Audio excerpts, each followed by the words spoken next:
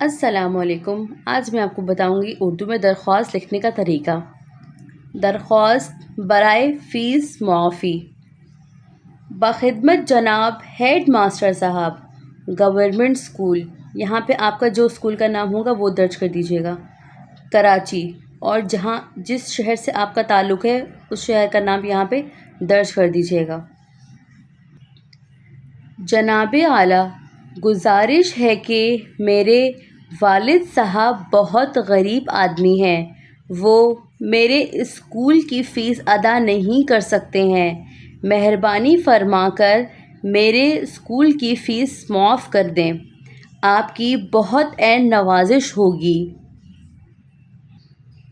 العارض، درخواست گزار الف با جیم، یہاں پہ اپنا نام درج کر دیجیے گا، پتہ، کمرہ امتحان، اور جو آپ کا موجودہ پتہ ہوگا وہ یہاں پہ درج کر دیجیے گا۔